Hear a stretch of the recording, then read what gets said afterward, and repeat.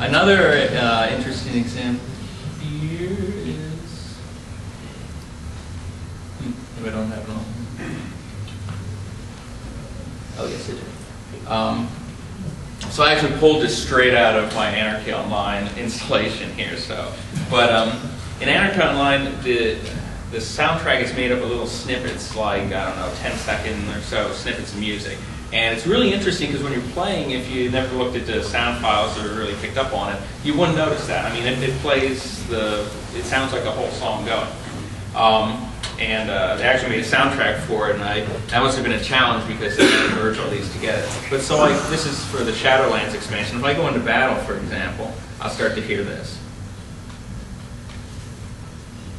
Or I would think that was start to hear this. Maybe because it's a wave file.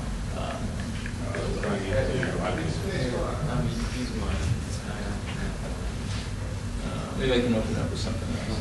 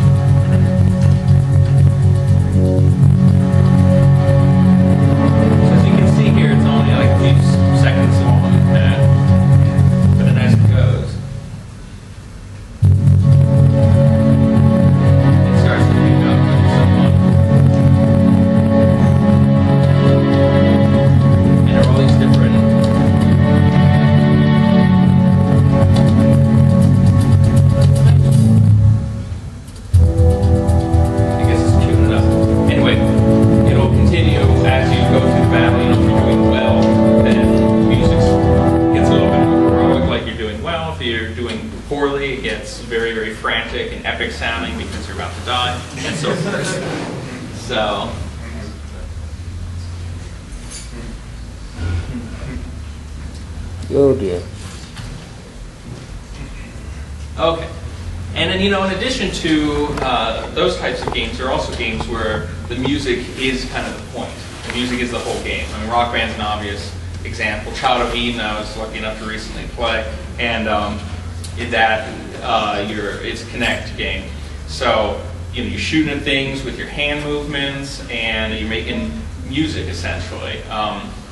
It's playing different sound files, and it almost sounds like it's like trance music. And an audio surf where you upload a song of your choosing, and it creates the track, and you get to race the track. And if it's got increased tempo, then it goes uphill. If it's low tempo, then it goes downhill, and so forth. So and that intensifies that physical aspect of immersion by making a player either react to the game to create the music, or in the case of Child of Eden, where they create the game soundtrack itself. Okay, so go to the next slide now. Okay, so that takes it over. So that's my email. If anybody wants to talk to me about usability, I didn't really get into too much. And my SoundCloud if you want to listen to my music. And now I'll shut up and let people have questions. Yes.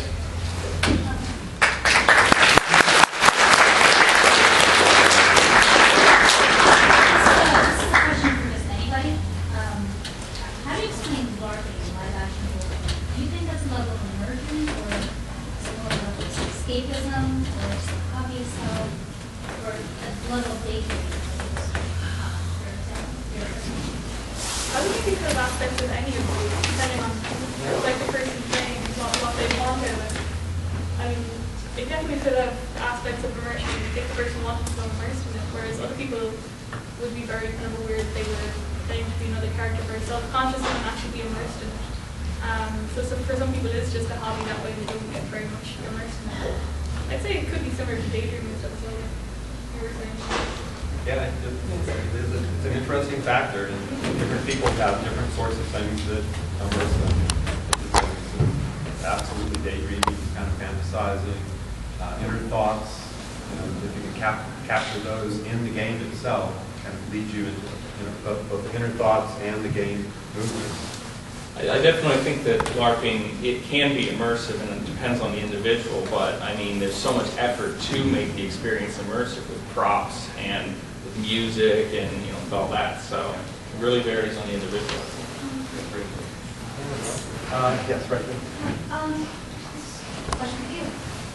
When you read your presentation talking about the 7 factors that led someone to be more immersible, you talked about daydreaming and a lack of attention, a lack of focus, easily distracted. That made me think of the classic attention deficit disorder. Do you find people with ADD are more immersive? You know, that's really good question, and the answer is I don't know yet. I need a grant to look at that because there's a lot of interesting relationships with ADHD, positive and, I mean, negative, but a lot of positive ones in terms of these kids playing, getting into games and being really a very therapeutic aspect to it. So it'd be a very, very interesting line of research. Yeah, I was actually at Landmark College in Vermont a couple weeks ago. It's a school designed for people with learning disabilities for ADD, severe ADD, ADHD, autism, those who are sight or hearing disabled. And the kids that I worked with, those who had ADD and ADHD would get more immersed in gaming than it was unbelievable. I mean, it was amazing how focused they were on it. But other things, maybe not quite so much. But the games, it was unbelievable. Yes. The man in the black and green shirt. Yes. I was just asking the doctor, several of you detailed how, immersion is all about spectrum. One specific type of immersion is being used. I was wondering how certain personal, like, relationship-based games within this spectrum, for example, Japanese games, the Pokemon games, where you have to borrow points from Pokemon, or even BioWare, all different relations in BioWare, how, like, the personal relationships with the NPCs kind of fits into immersion. Yeah. Actually, what? It so much depends on the game. I mean, there are so many games. There was an article recently published, and it was talking about all those memorable characters from Skyrim, like, what's his name? So there are games that have NPCs that are, the game really tries to immerse you into, and at the same time, there are games that have so many NPCs where you're not going to remember them necessarily. Well, I was just going to comment on that also, yeah. So Star Wars The Old Republic, okay, I've been playing the heck out of that recently. And, there's been talk about, like, oh, why did it need to be fully voiced over? Nobody's going to remember any of these characters. And, probably I don't remember the Imperial agent that I just got a quest from. But what I remember is the story behind the quest. What I remember is what I was doing and kind of that experience. So perhaps one aspect of games where, like, you give flowers to your sweetie or something like that, like, Harvest Moon or Rune Factory or something like that, might not be so much the person, but the experiences that you share with that NPC. And I'm going to come at this from a slightly different perspective. One of the ways that I approach video games that have stories or narratives or characters like that, and how they immerse us, is to think in terms of a concept called form. And in this, a story arouses a particular desire in us, or a game arouses a particular desire in us. If it succeeds in arousing and fulfilling that desire, it can, I would argue, evoke an immersion. Now, it doesn't have to be sexual desire in the case of The Sims, but it could be any number of emotional desires that the game evokes. And that could be done through character, that could be done through setting, it could be done through a number of different techniques, because there's more than one way for the game to immerse us into it. Yes, right there. You. All right, so some of the things that you talked about had to do with the value of immersion, especially when it comes to game developers and how they might want to utilize it or perhaps reference it again and again in later releases. But in your opinion, and this really applies to anybody on the panel, are there any dangers, either psychological or sociological, with immersion either getting too much into it or anything else that might be associated with that? Well, basically what you're getting into is that fine line between immersion and addiction, right? Yeah, When there's people are spending 40-plus hours a week on a particular game, and they're letting the rest of their lives, go to pieces, then that's a problem. When immersion is a little bit too much. It's kind of like, you swim, you've been swimming for days and days and days, and after a while your skin kind of gets a little weird. So you got to get out of the water. We're not meant to be in the water all the time. I don't think we're meant to be in video games 24/7.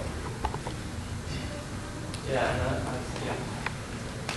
So actually, one way of doing that, I have a student team address this kind of question: is how do you make games so that they're immersive but not addictive?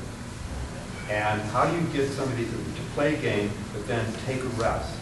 And somehow you build that kind of alternate reality aspect into it. That there's something you have to do to get to the next point in the game by getting something in the real world, like finding something or doing something, calling a friend who then has to call the game company, and kind of involve other things outside the game. And I think this also leads into a common misperception of immersion in the sense that the goal of an immersive game is to make you forget that you're playing a game. Right. And that's a bad idea. We should always have in the back of our mind that we are playing a game. Otherwise, we're not immersed in a game anymore. Now we're in the Matrix. Right? That's the goal of virtual reality. That's what they want to do, which is why it's sometimes dangerous when we start going over to them and saying, "How do we immerse people?" It can get scary. Does your research deal with skill acquisition? Next study. Actually, what we did was ask what skills were necessary to play this particular game, and had started off with like 60 different things, boiled it down to 30, and now we're down to about 7 different factors that involve things like language abilities, perceptual abilities, eye-hand coordination, of course, human-to-human interaction, dealing with opponents, dealing with collaborators, multiplayer games, things like that. So, what we're doing is creating the same kind of profiles. It's kind of like almost, the idea would be, if I were a parent and I wanted my kids to learn how to read, what games would help me to do that? Or if they need better eye-hand coordination, well, it's a lot of those that will do that. Or person-person interaction. Is that just someone in the back? All the way, yeah. Way back. Talk about the narrative in general, but what do you guys think of voice acted versus like fully text dialogue and interaction as far as either creating or harming immersion? Well, it's interesting. There have been some studies done showing that there are a lot of people who, when their character speaks, they literally lose immersion because they don't want to hear the voice of this person that isn't them, especially in a role-playing game where they've created a character. And as a set character, if you're playing a person too, you're Geralt of Rivia, that's it. So again, I think that's something that really depends on the individual, because some people really like to have everything voice acted, and some people don't. Yeah, I think that gets into kind of like BioWare, where you have Dragon Age, and you did hear your character's voice, and now in the Old Republic and such you do. And yeah, my perspective of it is that I don't feel that it distracts me, but then again, it's like the immersive experience I get from the Old Republic, where your character is voiced, is that it's not that I would suddenly forget and think that I'm playing a female Imperial agent, It's more that I'm immersed in the sense that I'm losing track of time. I'm forgetting other responsibilities. And yeah, in many ways that's bad. But it's got the other aspects of immersion rather than just you are the character. So I think there's value even with vocalism.